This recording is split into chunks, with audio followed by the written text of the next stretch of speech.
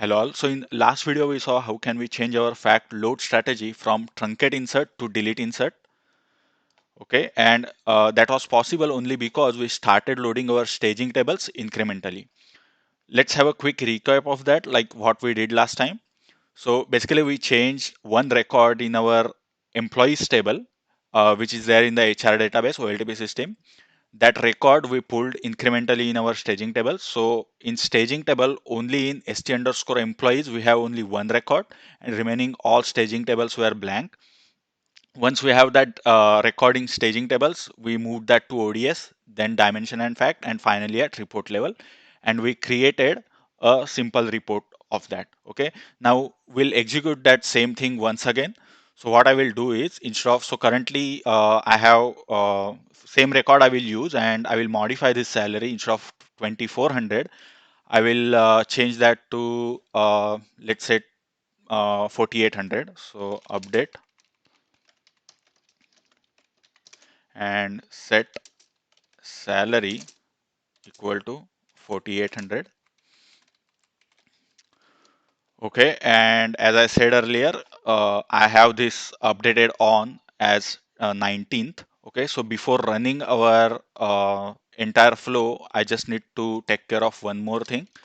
So I will update this date as well.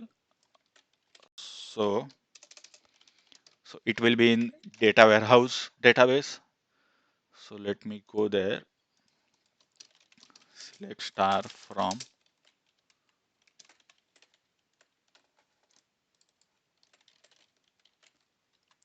Okay, and I need to find out max job run ID,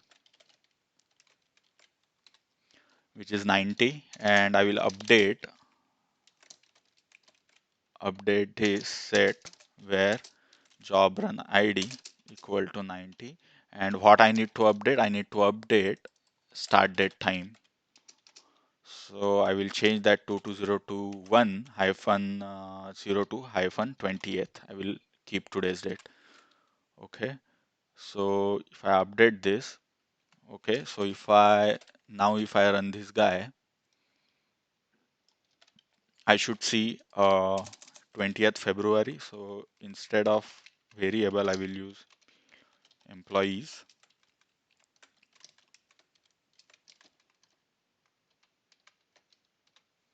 Okay, and because of that, and since we are going back 3 days, so 17, 18, 19. So again, as we discussed last time, it should pull only one record. So let's do that. So what's going to happen is this updated salary will get moved to staging table, then ODS, and finally, when I refresh this report, I should get to see that 4800. So let's do that. So I will execute my job, DB job, which I had created.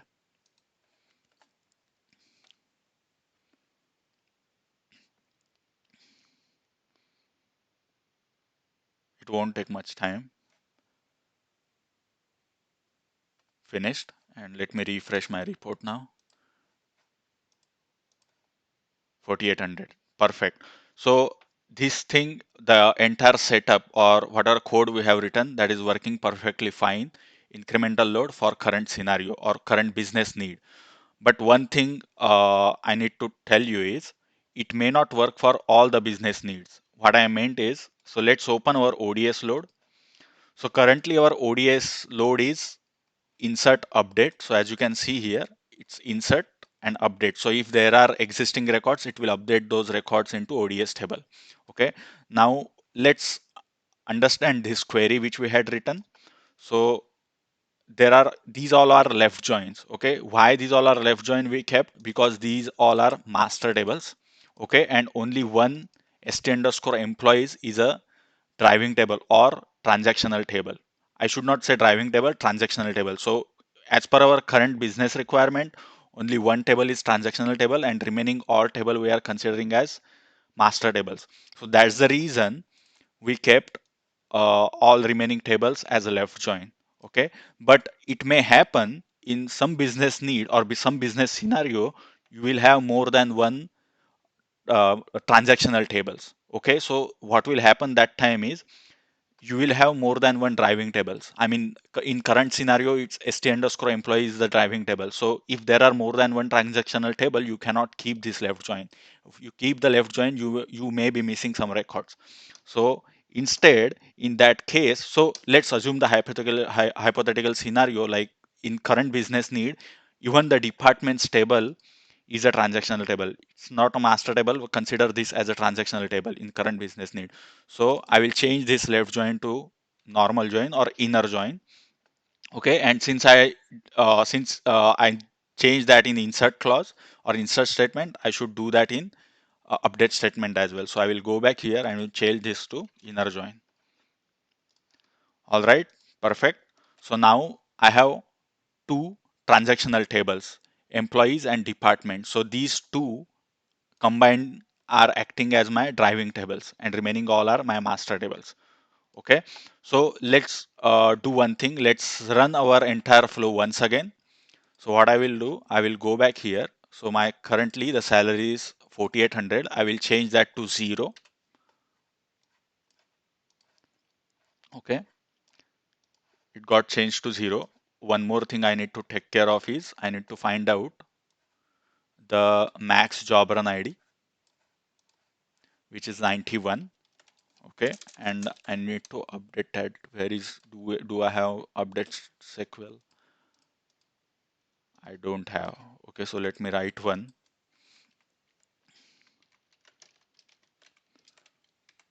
Update where, always write where clause first, because by mistake if you hit update statement without a where clause, it will be a disaster. So set, I need to change the date, start date time equal to 2021 hyphen 02 hyphen 20th. Perfect. And if I run this, I should see the 20th. Okay, so I'm ready to run my load. So what I will do, I let me execute the SQL job. So now what ideally should happen, or in perfect world, if my code is correct, what should happen? This 4800 should get changed to 0 once my job is finished. So let me start job run.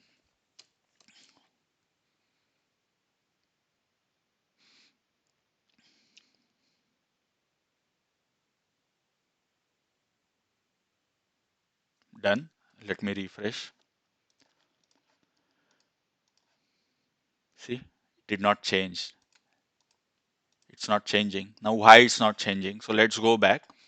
So we are trying to refresh it here, and my Excel or my spreadsheet is directly connected with my cube. Definitely the data is not refreshed in cube. So let's validate that fact table first. So uh, select star from fact. I cannot filter my employee ID 207 directly in fact table. So I need to involve my dimension table, dim emp on dim emp dot employee dimension key equal to fact dot employee dimension key, and so I need to add the filter now, dim emp dot employee id equal to 207, and I will use fact dot star. So it's still 4800, it's not updated to 0. Now before that, how I am loading records into fact table, I am using ODS table for that. So let's check in ODS table now. Select star from ODS where employee ID, I will use same filter. So salary is still 4800. Okay, so before ODS, how my ODS table gets updated from staging table. So let's look at staging table.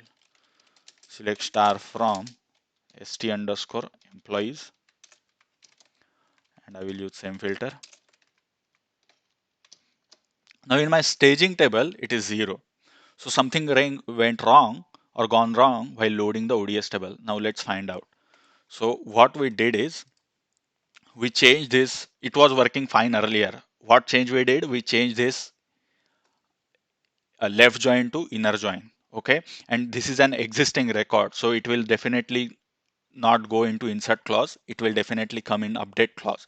Now, why my update clause did not updated that record? Haven't updated that record. Now, reason being because of this join, we changed that left join to inner join. Now, let's find out how many records I have in my staging table, departments table, because with departments table, I am having a inner join.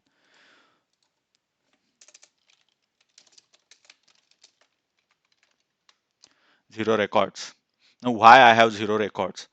Reason being, our since we have implemented incremental strategy and there is nothing to update or not a single record got created or updated in departments table, nothing got imported.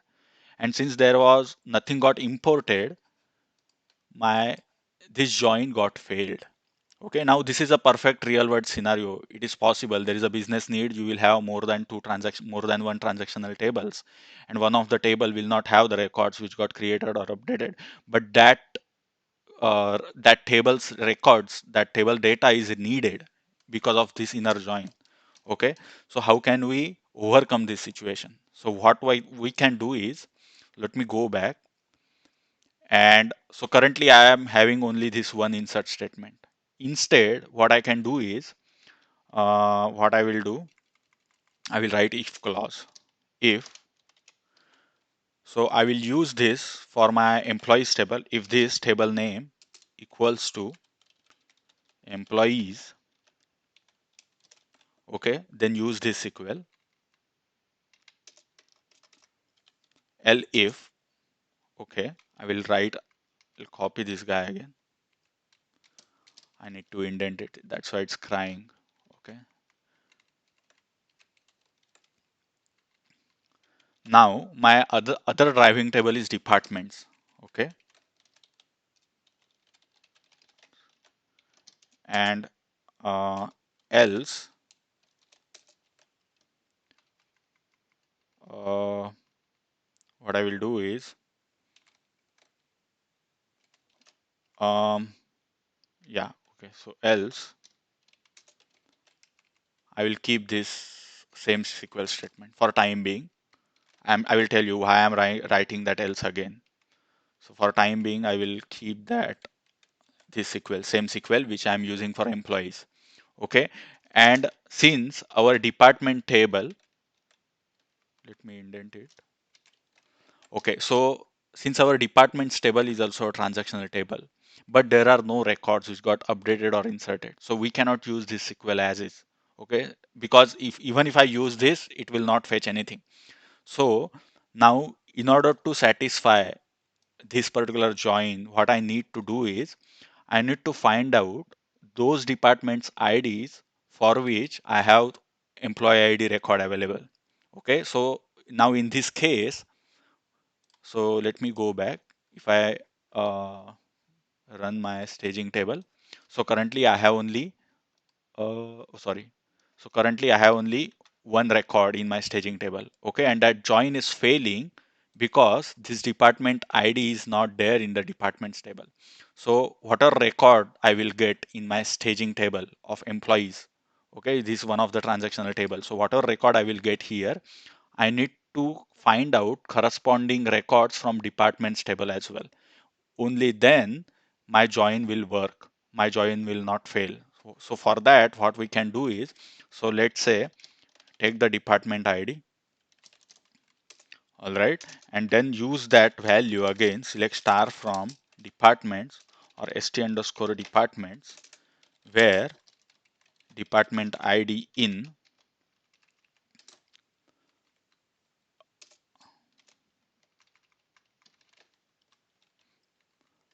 uh, okay, not departments. I should not run this in staging table. I should move this query to source because we are pulling the records from source, not from staging. So what I should do is I should pull st underscore employees. I should use this query.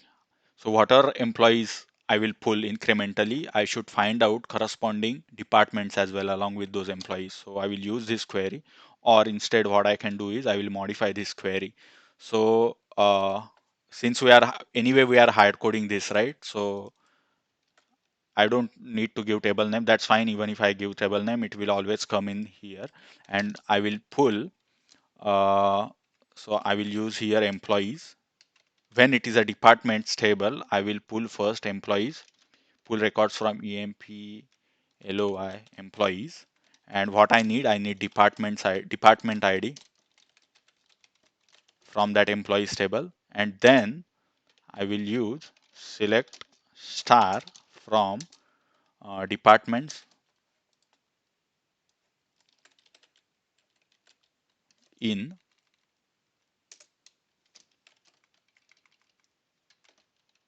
I hope my query is correct. Let me execute it manually.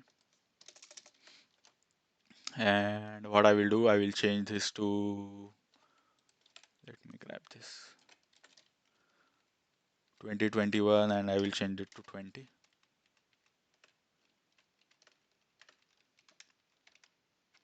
Perfect. And now it should give me some records or corresponding department ID. Perfect, one record. So this query is perfect. Let me go back. Let me save this. Okay, so what change I did basically is I just pulled corresponding records from my another other transaction table. Okay, and this query, these two queries I am keeping as is, and I just modified this query. Okay, for second transactional table.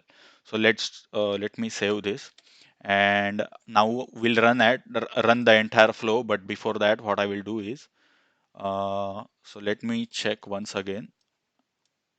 So I have one record updated. This is perfect. And I need to find out the max job run ID 92. I will change this to perfect. So now after running my entire flow, if I refresh this, I should get to see zero value. Okay, so let's do that. I will go back here. Start job at step. Yeah, this is fine.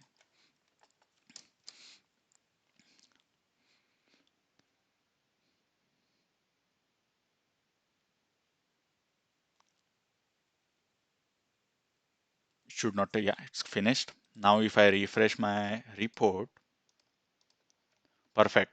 So it worked fine. Now we have considered the other business scenario as well. So if there are more than one transactional table and if you cannot use left join for few of the tables, you need to find out corresponding records. Okay, so that that join will not fail. Another thing is you can do. So now let's go back to our query here. So for remaining tables, since we are considering these as master tables and only these two are transactional table, what we can do is, since these are master tables, there will not be too many records in those tables. Like you will not find millions of records. So it is okay to keep your master tables as full load and transactional tables as incremental load. Okay, so by that you do not have to use left join, and it's a simple thing. So if I go back here, and that's very reason I added this else part. So for master table, like these two are transactional tables, and we are already handling incremental load for these two tables, transactional tables. And when it comes to master table, you can simply remove this filter condition. Perfect. So what we are basically doing right now is, other than employees and departments table, for remaining all tables, we are keeping full load. And for these two tables, it's a incremental load. This scenario will also work fine. So let me go back here, and what I will do, let me modify this record again, and so it's 0. I will change this back to 2400. Update. Perfect, 2400. And I will, let me find out max job run ID.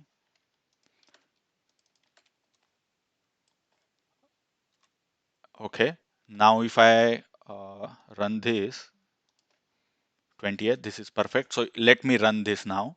So what we are doing, we are keeping ST employees table and departments table as incremental load, remaining all tables as full load. Okay, and let me execute this guy.